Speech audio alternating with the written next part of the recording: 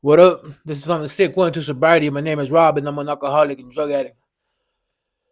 So I left off with letting y'all know that my relationship with my high school sweetheart was going to shit. It was just going downhill, right?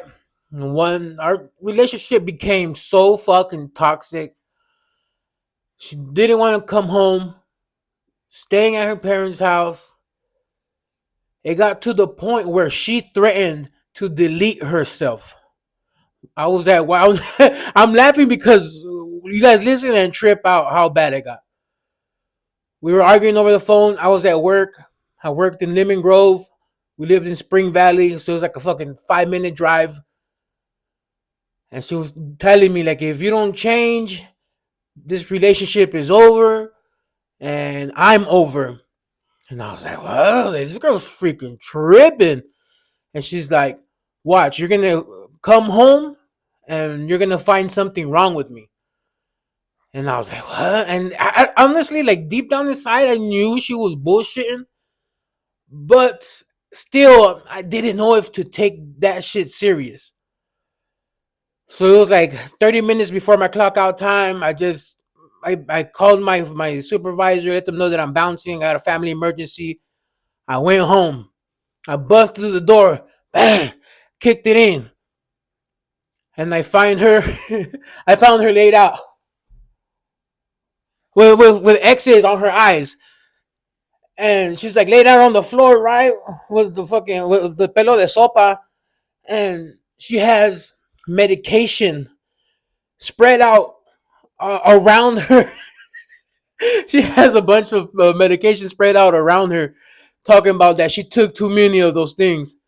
And I was like, dude, it was straight out of a freaking movie, dog.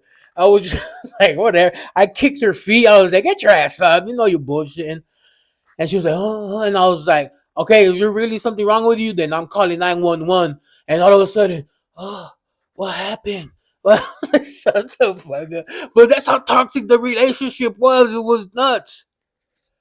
I remember specifically too one time where I convinced her to come home, right? Because she came home with one of her friends. I was so freaking pissed because I wanted her to come home so I can argue with her all night because I knew I wasn't going to sleep and I was pissed and I knew that the relationship was crashing and burning. So I just wanted to make her life a living hell. But she came with her friend and they were kicking it in their living room and I was like, well, at least she's home. And it was like 3, 4 in the morning and I was just like, I need to do something. So I went to go wake her ass up. I was like, hey, get your ass up, come to the bed. Like at least, have the decency, come sleep in the bed with me. Say, well, yo, having decency, and I'm over here not giving a fuck. And she comes to the bed and I don't let her sleep for the rest of the night. I just start arguing with her. How can you do that? How can you do this to me? How can you treat me like this? You're supposed to love me. But I'm the one that's doing all the fucked up shit. I'm the one that's fucking up, but I'm like trying to blame it on her, make her feel bad. I want her to feel as miserable as I do. I want her to feel as brokenhearted as I do because misery loves company.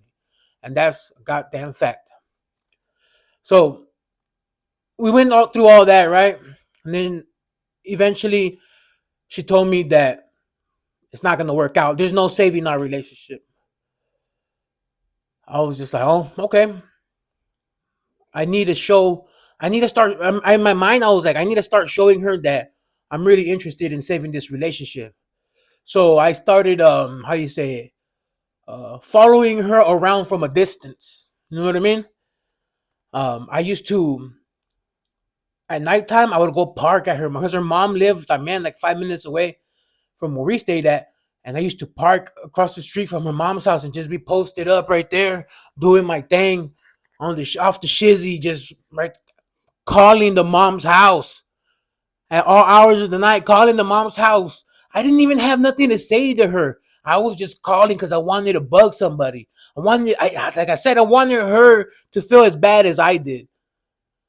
I was just calling, and the mom finally, you remember the mom answering the phone a few times, just telling me, like, hey, Rob, like, stop, ya, cálmate ya, por favor, ya no hables a la casa, estamos dormidos, tenemos que trabajar mañana, ya deja a mi hija en paz. And I was just like, no, es que yo ocupo hablar con su hija, señora, que no sé qué. It's like, about what? I didn't have nothing to talk about, and I just kept my arguments with her were just me talking in circles, the same shit over and over and over and over and over. And I would do that. I would call her work. She used to work at Burger King, and I used to call her work, and I used to ask for her, and I used to tell her manager that it was a family emergency, that I need to talk to her right now. And I would fucking get her in trouble like that. And dude, I just did everything that I could to her to fuck her shit up. And then eventually she told me she broke my heart when she told me I'm moving out. And honestly, I didn't think she had the balls to really move out. And she did. She said, one day you're gonna go to work, you're gonna come home, and I'm gonna be gone. I was like, nah, she gonna leave me? Ain't no way anybody in this world ever gonna leave me out. Look at me, come on. Look at me.